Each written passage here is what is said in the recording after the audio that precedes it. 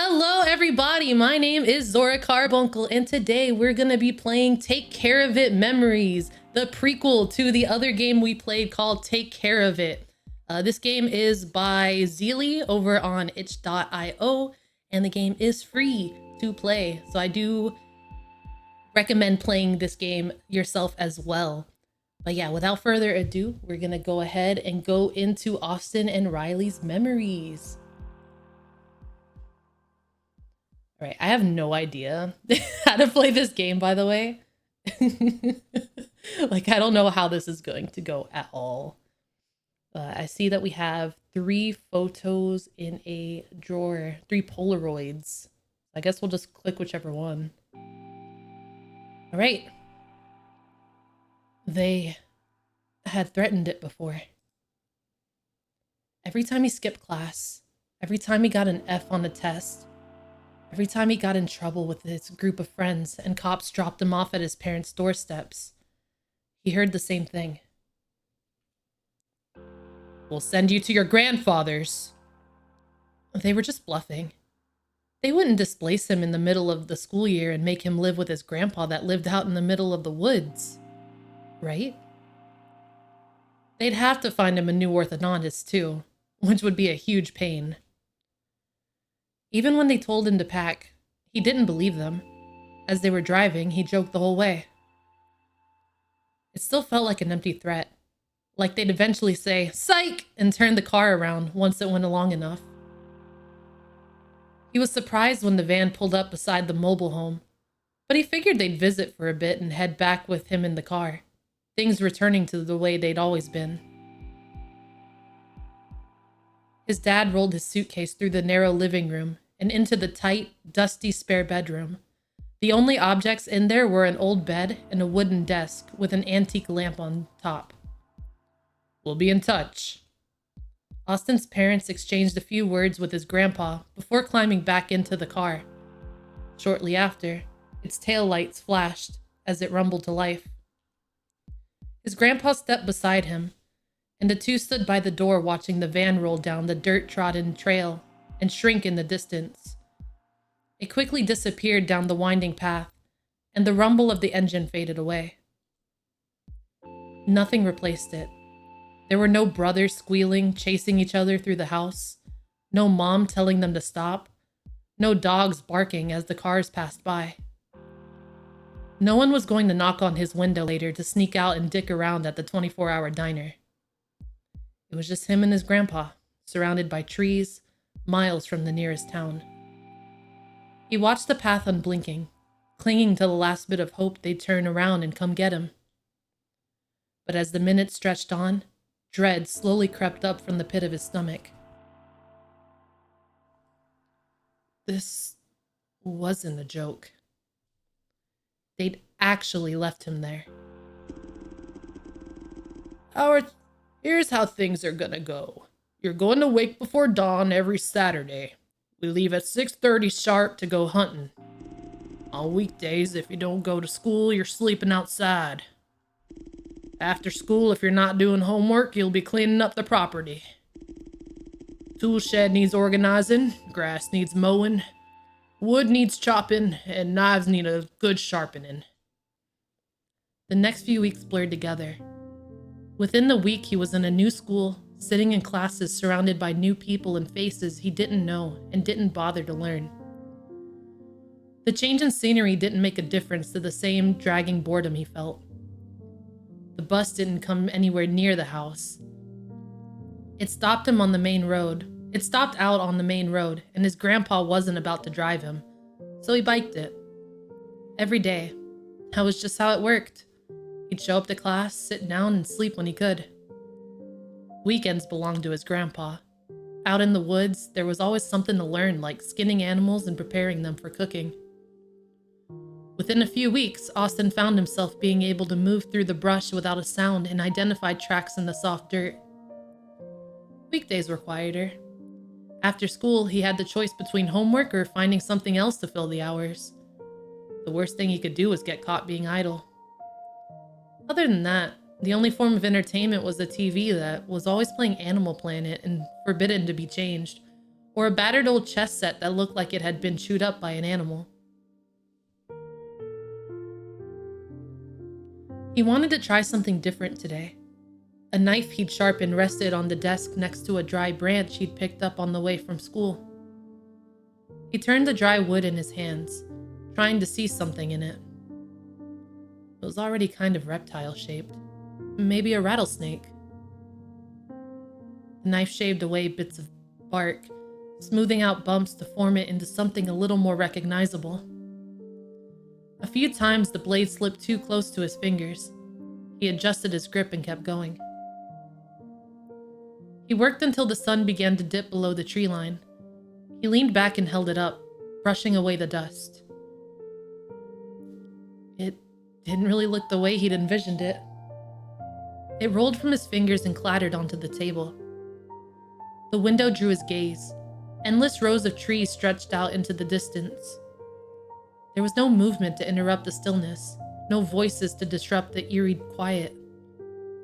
Unlike back at home. He wondered if things were easier back there now. One less problem.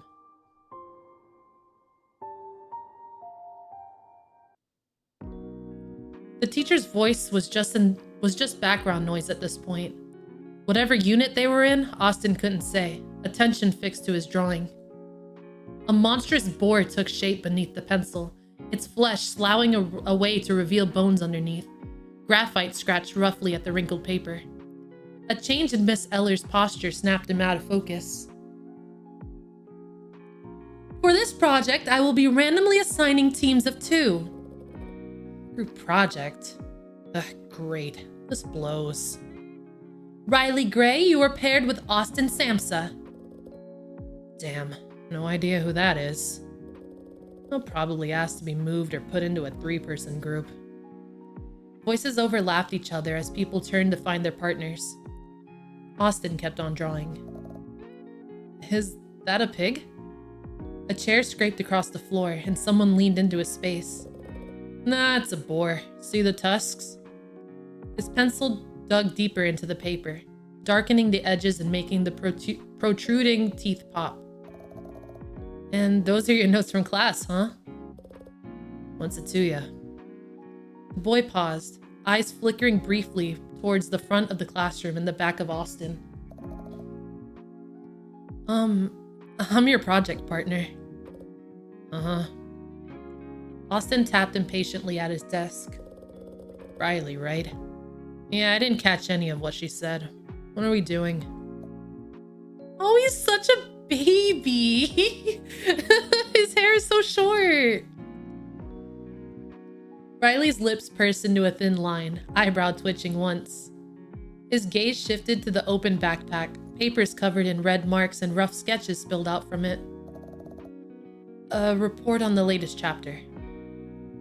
Riley looked in the direction of the teacher again. He sighed. We should just get this out of the way. Let's meet after school today. Is there a place that works best for you? Not really, no. I live kind of far. It's a pain for people. Austin waited for him to add something else, like, okay, never mind, too much effort. I guess you can ride the bus with me to my house after school. I'm sure my dad can give you a ride home. If it would get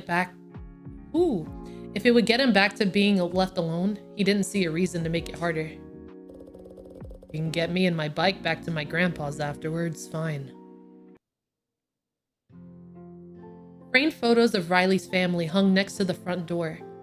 Austin's eyes locked into the happy smiles of the various snapshots in their lives as he walked in. A dog barking and laughter from children playing outside slipped in through an open window. A sweet fragrance wafted in the air from a candle burning in another room. So this is what the old house looked like. Because if you guys remember, oh my goodness, in the original Take Care of It, Riley had actually moved because they talked about being in their old town. So I guess like we're getting to finally see the old house, the old town. Well, we saw the old town, but like we're actually seeing the old house itself. Ooh, this is a pretty shot. I like this one a lot. I like the lighting a lot. Afternoon sunlight spilled across the floor and caught on the table, the walls, and the side of Riley's face. The warmth of the house settled in slowly. He's so cute. Austin felt out of place inside it. Oh yeah, make sure you take your shoes off before you walk on the carpet. He'd been staring for too long. Yeah, sure. Austin yanked off his shoes, ears burning and eyes fixed to the floor. He dropped into the chair beside Riley without looking up. Riley wasted no time pulling out his history textbook, slender fingers moving deftly through the pages and skimming through the chapter contents. So here are the sections we covered in the last chapter, the ones we're supposed to write on. Riley read out parts of the textbook and Austin half listened. Scratchy lines connected into the shape of a diver being attacked by a shark. Austin gave a non-committal grunt to whatever Riley was saying every now and then. It didn't really matter. He had nothing to add. Riley rattled on. Early humans' abilities to sweat allowed them to chase prey to exhaustion. That didn't sound right. He couldn't help himself. Exhaustion? I mean, maybe, but it's not practical. Riley looked up from the textbook. Austin didn't return the look. He waited for Riley to shut it down. He didn't, so Austin kept going. Most animals are faster than you. You're not going to keep up with it on foot, like that with sticks and rocks. It'd run off and you'd have to track it down.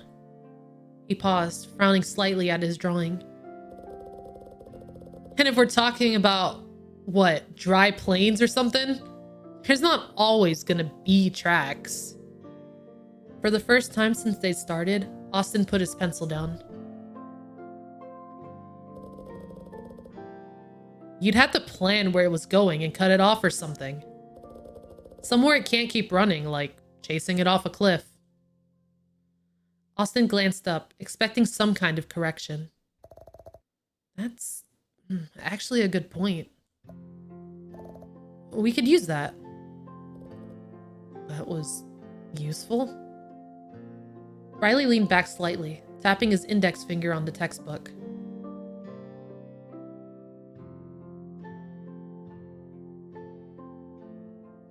He leaned forward again and flipped back a page. Oh, so instead of just writing what the book says, maybe we can compare the methods. It'd take more research, but it'd be more interesting that way. Persistence hunting versus, what did you say? Planning hunting paths? Riley wrote quickly, messy handwriting scrawling down the page. Yeah, planning it out and pushing the animal back where you want it to go. They fell into a rhythm. Riley wrote and Austin would interrupt occasionally. Riley would adjust, cross out lines, and rewrite them. Every time Austin added something, Riley didn't stop him. At some point, Austin stopped doodling. The shark disappeared under a page of actual notes. Riley slid the paper to the middle of the table and sat back with a satisfied smile. Okay, that's at least half. We can finish the rest after a small break. The chair snagged against the carpet as Austin jumped up and stretched out his legs. His eyes drifted towards the TV end and to the gray box sitting beneath it. He asked his parents to get one, but they had told him no. The kids would fight over it and break it, they'd said. Riley followed his gaze. Do you have a PS1 too? No. He tried to hide the bitterness in his voice. Do you want to play for a bit? Oh, the sweet babies. Riley popped open the top of the console and gently placed the disc into it. With a press of a button, the console whirred to life, and the two sat down on the couch. I hope they play Crash Bandicoot. I used to love playing Crash Bandicoot on PS1. The PlayStation logo spun on the TV briefly before a well of music rumbled from the speakers and stars twinkled on the screen. A girl in red with brown hair and green eyes blinked at them and walked into a bustling metallic city. Wait, what game is that? I feel like I should know.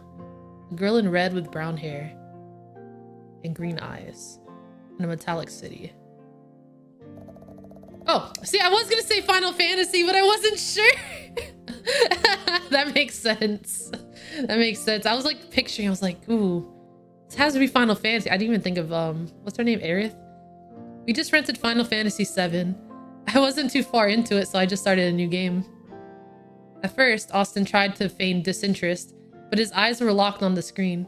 Before he knew it, his body was leaning slightly forward. The story unfolding in front of him on the screen hooked him immediately. Were they in space? What was the city? Who was that woman? What were these men doing on this train? Riley answered with an infectious passion. Half of the words Austin didn't quite understand. Austin nodded slowly, trying to absorb it all. Riley pressed a few buttons, and his character on screen swung his massive sword at his assailants. Letters flickered on screen, prompting for something. Want to give him a name? He offered Austin the controller. Austin's fingers curled around the sides, and his thumbs brushed against the smooth dips of the analog sticks. He wiggled them around, deleted the letters, thought for a moment, and retyped in Cloud. I couldn't think of anything. No problem. I usually leave the default names too. Cloud is a kind of soft name for a cool guy with a big sword. The people who made the game probably had their reasons for it. The prompt faded and the game continued. Can I keep going? Yeah, sure. After you name Barrett, you're gonna run into 2 enemies up ahead, okay? To fight, you have to click on Cloud's name. Austin leaned forward, elbows pressed into his knees. What happens if I go this way? He was already running in that direction before Riley could respond. He clicked on every box he saw. He didn't want to miss anything. Riley occasionally chimed in with a tip or helped him through a timed area. The first chunk of the game came to its conclusion, and the cast of characters exited the train. Riley got up and stretched his legs. If we want to finish the project today, we should get back to it. He didn't want to stop. Not yet. Sitting here with Riley. For once, it didn't feel like he was stuck somewhere. If I come to school a little more prepared tomorrow, can we keep playing now and finish the project then? I can pull my weight more, I swear. Riley frowned. He opened his mouth then closed it. Another sigh, like the one earlier at school. He sat back down. Alright, but I want the controller for a bit. We can take turns. Austin grinned wide, giddy with delight. Deal! And that's the beginning of their codependent relationship where Austin just becomes an asshole because he just keeps asking for more and Riley doesn't tell him no. Oh no! It starts out so small. It's always like a small action that just like becomes a snowball. Riley's dad grabbed Austin's bike from the trunk and lowered it to the ground. Austin grabbed the handles and bowed his head slightly. Wait. Oh, Riley has a dad. That's right. Riley's dad died by the time Take Care of It happened. Ooh. I wonder if we're going to find out like more about that in this game. Austin grabbed the handles and bowed his head slightly. Thanks for the ride home, sir. Not a problem at all. You sure live out far. There was the sound of a door closing shut, and from the entrance of the house came Austin's grandpa, cautiously approaching, arms crossed and an eyebrow raised. Wow, I could speak. He's been waiting. Austin causing you trouble? Not at all. He and my boy were just working on a school project together. I see. Austin stopped by the passenger window, gave it a few light taps. It took a second for Riley to roll it down. See you tomorrow? Yeah, see ya. Shortly after that, Riley and his dad drove off. Crickets chirped loudly in the grass by his feet. His fingers gripped tightly at the handlebars. He knew what would happen the moment he stepped foot inside. He forced himself in. Is he gonna get beat? His grandpa was waiting inside, arms still crossed. The TV lit the room behind him and his face was shrouded in darkness. Austin couldn't tell what expression hid in the shadows. So, you're doing a project, huh? Yes, sir. Good. As long as you're going to school, not getting into trouble, we're fine. Oh, he thought he was gonna sleep outside. Oh no, you poor baby. The tension in his grandpa's body eased. The old couch creaked under the weight when he sat. He turned towards the TV and reached for the remote without another word. That's it? Oh, the poor guy. Wait. You almost... Oh, you feel bad for him, even though he's going to turn into the biggest asshole ever. Mom would have freaked out if I was out late. Aw. Aw, his grandpa do care. Oh. Austin went to his bedroom, clicked on the light, and pulled open one of the table drawers. In it, the history textbook he hadn't looked at since he got it on the first day of class. He flipped through the pages, trying to find something familiar. What chapter was it again? Chapter 9? Oh, he has a friend now. This section feels loud. I'm gonna like turn it down. I just feel like, I don't know. I'm like a little bit scared that the VOD is gonna be too loud. Austin placed the final period on his sentence with a dramatic flourish, pencil connecting to the table with a loud clack. Oh. There we go. Done! He slid the paper over to Riley. Riley skimmed over it, then nodded. They moved over to the couch. Riley swapped the disc in the PS1 with a different title. Screen flashed on the TV. It was a fighting game Austin had never heard of before. He picked his character without thinking. Don't go easy on me. Don't worry, I wasn't planning to. What fighting games were out at that time? Austin lost the first round.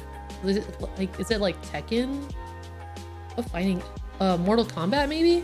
And the second one. How are you getting your combos so high? I'm pressing way more buttons than you. Bro is button mashing insane. Well, each character has a different set of combos. Look, this menu shows you them all.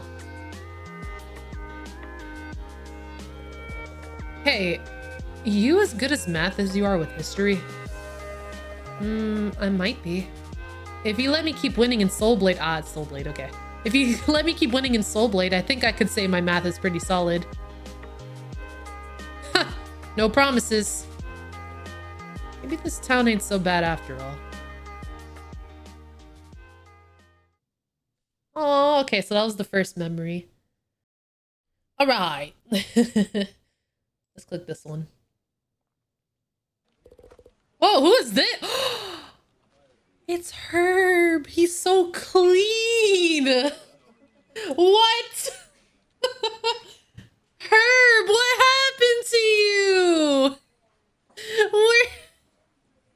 They took away your seasoning. What happened?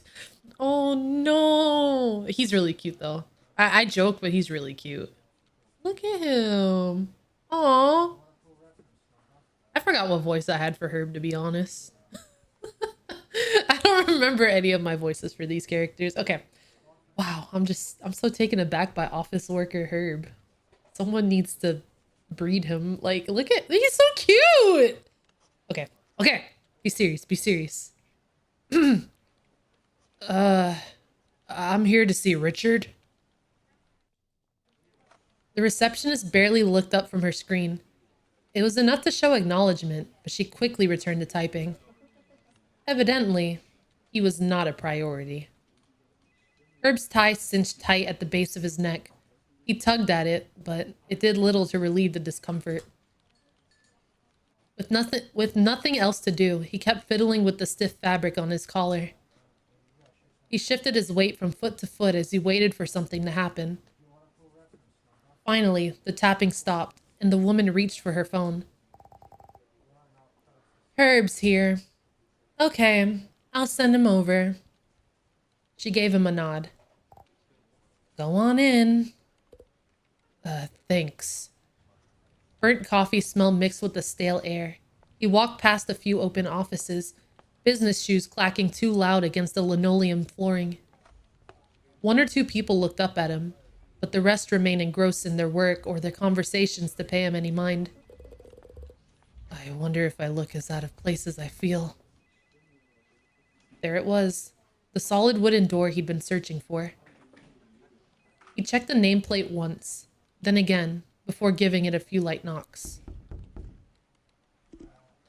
Come in. Herb stepped in. The office was spacious and tidy.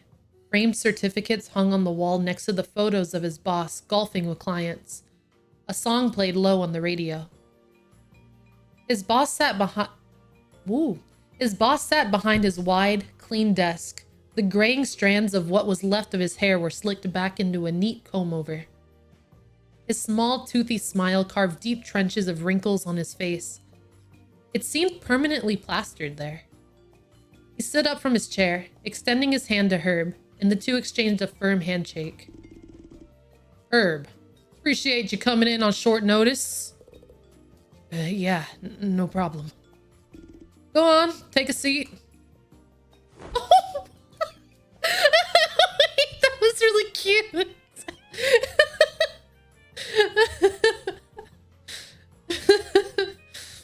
The chair was softer than he'd anticipated, and he sank into it. I'll cut straight to the point. We've got a situation on one of the jobs. Clients want everything sooner. A lot sooner. Of course they do. They always do. We're working as fast as we can. He sat there, the same unshakable smile still stretched on his face, ignoring Herb's agitation. Look at him, the baby's so mad. Baby mad. Daddy mad. I think that's how that one goes. I called you in here because they listen to you. You're good with the guys out there.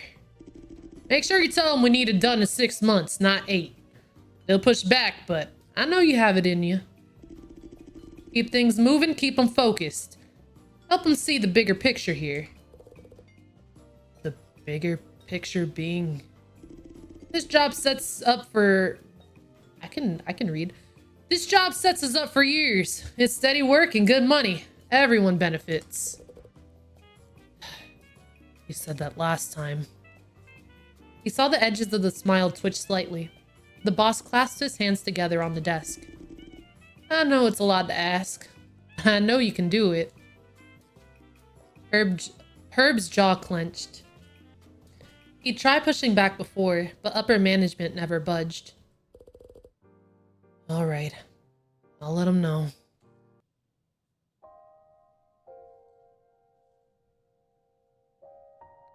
The days got even longer. It started off small with things. Staying a little late to finish something that couldn't sit overnight, or checking something that had already been settled. But things started stacking. Before he knew it, he'd looked up and the crew already be thinning out while he was trying to keep everything aligned. He spent long hours locked in the trailer with papers scattered about and phones ringing off the hook. When he left for evening, it wasn't because work was finished, but because there was nothing else he could do for the night. All Herb had time to do once he was home was eat, shower, and sleep. Bro, that's so relatable. I'm so sorry, Herb. No one should live like this. He'd have to get up and be the first person on site the next day. There was always something that needed a decision before work could move forward, and he was the person to approve it. Unfinished painting sat quietly in the corner of his room. Ooh, is that a picture of Dorian Gray reference? Whoa. Kind of crazy. Aww, poor Herb. No! Actually, hit the enter button. My hand is like on the trigger at all times. Okay. For the first time in 4 months, Herb found a stretch of spare time and summoned enough energy to paint. He picked up the neglected canvas that had been staring at him during that time. A building he had worked on shortly after graduating college, when things still felt under control, and set it atop his easel.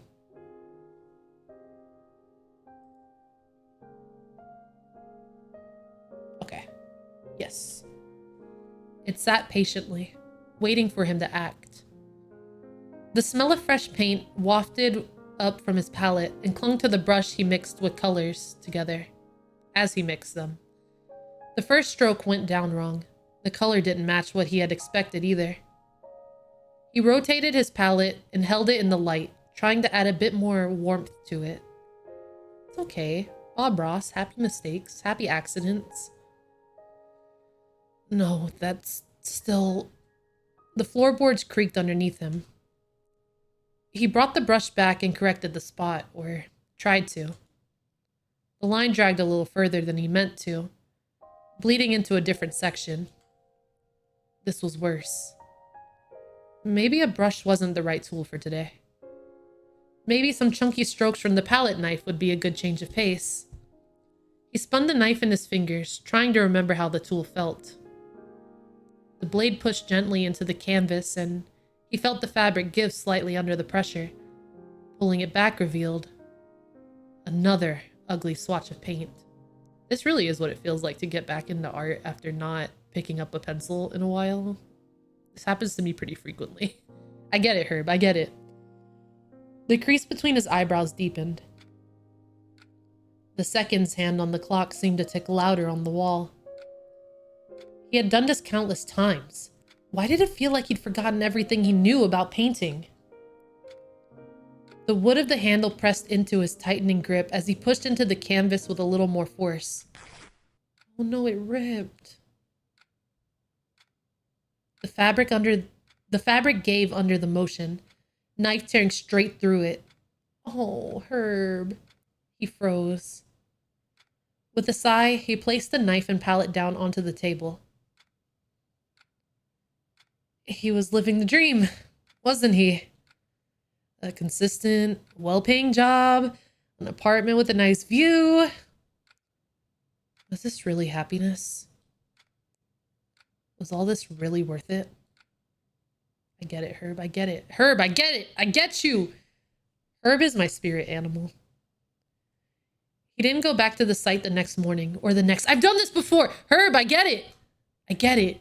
Except you're about to be homeless. But I get it, Herb. I've been there. I understand, Herb. I understand. Let's do the next one. Oh, the babies are back. They're in, I think they're in college now. They're either in high school or in college. Because I think the last one was like middle school. Because I think they met in middle school, if I remember the original game right. I think this is like when they're... This is like the era where all the stuff started happening. Like, they started doing drugs together. Which is kind of crazy. Wait, that's kind of crazy. Seeing the Austin that's like, oh, yeah, this is nice. We're going to play Final Fantasy together. And my grandpa's not mad at me. Because, like, I'm still going to school. Wait, how does he shift like that? That's kind of crazy. Is this because of all of Riley's enabling? Oh my goodness. I hope this gets answered right now. Okay, let's see. Oh my goodness. He leaned forward towards Austin and replied in a hushed whisper. Yeah, I want it, but not enough to steal it. Come on, it'll be easy. Austin pressed the CD case into Riley's chest. Riley's nervous fingers nearly dropped it onto the floor. I'll cause a commotion up at front while the employees are distracted. You sneaking out. What do you say? Austin, either we walk out with it or I get kicked out for nothing. Austin motioned towards the entrance. Look, that guy just walked in. It could work. Meet me at the street corner a few blocks down after. Riley gave a wink and walked towards the... Austin gave Riley a wink and walked towards the front of the store. Wait! But it was too late. Austin walked past the guy and intentionally shoulder checked him. Hey man, watch where you're going. Huh? You bumped into me! Austin got into his face. Oh, Riley's face. Austin got into his face, hands still in his pockets. The guy shoved him. He swung his fist at Austin and it connected with his face with a loud thwack. Austin hardly flinched. He swung back just as hard. The guy staggered backwards and into a rack of CDs. Cases clattered to the floor and scattered in every direction. Someone from the register was shouting at the two, trying to break them up. The manager burst out from the back of the store and nearly fell over himself reaching for a phone. Riley right now is when you're playing Tomodachi Life and then two of the Tomodachis are just like beefing with each other, throwing shit at each other, and you bring one of the Miis over and then they just start watching. They just start putting their hand to their ear trying to like really listen. That's him right now. Except like he's mortified. Look at him. Aw. Riley's heart pounded in his ears. The CD was in his hands. The door was right there. Everyone was distracted. I could do it. Riley's clammy hands trembled slightly. He stared at the employees and glanced back down at the CD. I want the CD and he's doing it for me. He swallowed hard, trying to push the nausea down. Oh, but he can't do it. After what felt like forever, Riley saw Austin walking towards him at the meeting location. He was straightening out his clothing and grinning, walking with a confident strut. Did you see that? I got him good. He went straight into the CDs. It was perfect. He mimed the punch in the air. So, where is it? His expression dropped. Don't tell me. You didn't do it. Riley shrunk away and averted his eyes. I didn't want to do it. I told you I didn't want to do it. Austin touched a red splotch on his cheek that was starting to swell, wincing slightly. Oh, don't pretend now that you're hurt. Yeah, you did. He paused. I thought you might do it anyway. I almost did. I just couldn't. Austin looked at him for a moment, then squeezed him on the shoulder. His expression twitched to his usual mischievous smirk. Next time then, yeah? He turned and started walking in the direction of Riley's car. Riley, why did you say you wanted to do it? Riley! Riley!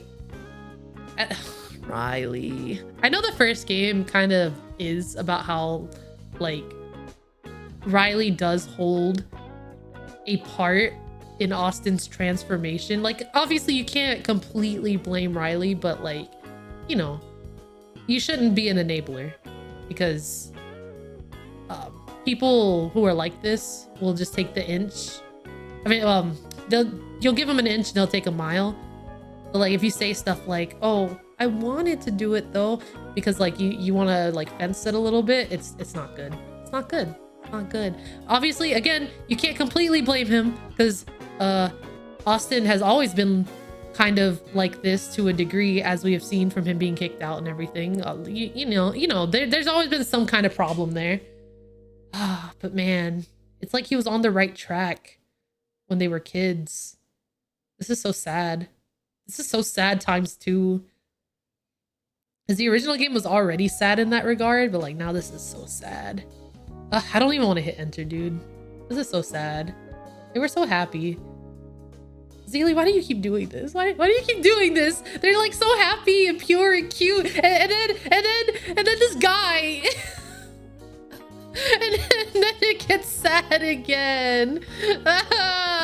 It's good though. It's so good. The writing's nice. The writing's really good. It really fucking tugs at you, man. I don't want to hit enter. Riley lingered there for a second. Yeah. Maybe. He muttered under his breath and briskly walked to catch up. No, Riley, why? That's it? Oh, shit. Aw. Okay, let's look at the gallery. Yeah, I guess that was it. I guess it was more like visual novel and just very brief. This was really nice, though. I actually really like getting that backstory on the characters. Let's look at the CGs again. This is a very beautiful game. Can I just scroll through? No. Okay, all I can do is that, I think. Yeah, I can just do that. Okay. These are really nice, though. I do like all the little things. So now I'm just wondering Actually, I'm not. I'm not. I was gonna say I'm wondering what went wrong, but no, you know what? The seeds were there the entire time, right? Where it's like, I hate to say it, but if Riley had put his foot down and said, no, we're gonna do the assignment, you know? Obviously not just that moment, but moments like that, where if he had just put his foot down firmly, then Austin would be better off for it, you know? Ah, that's so sad. That's so sad. Once again, for the second time, we're seeing that Austin could have been a better person. And again, I don't want to put all of the blame on Riley, because like you can't really completely blame him, but like the enabling of it. Oh my gosh. Anyways, let's look at the CGs again too. I really like this one. This one's not. I like all of the scenes with the really intense lighting, where like the lighting just hits them really nicely. Let's see. Wait, what the heck? Oh, there we go. So yeah, the CGs. Back. Oh, it's literally, duh. I'm so stupid. I forgot I was in the alt tab. Okay, anyways. Yes. So, thank you for playing Take Care of It Memories with me, guys. I don't know what to say here. This is my first time doing a little outro, but yes, this was Take Care of It Memories by Zealli over on itch.io. I think that's how you say it, right? Yeah. But yeah, this was really fun. This was really nice. Please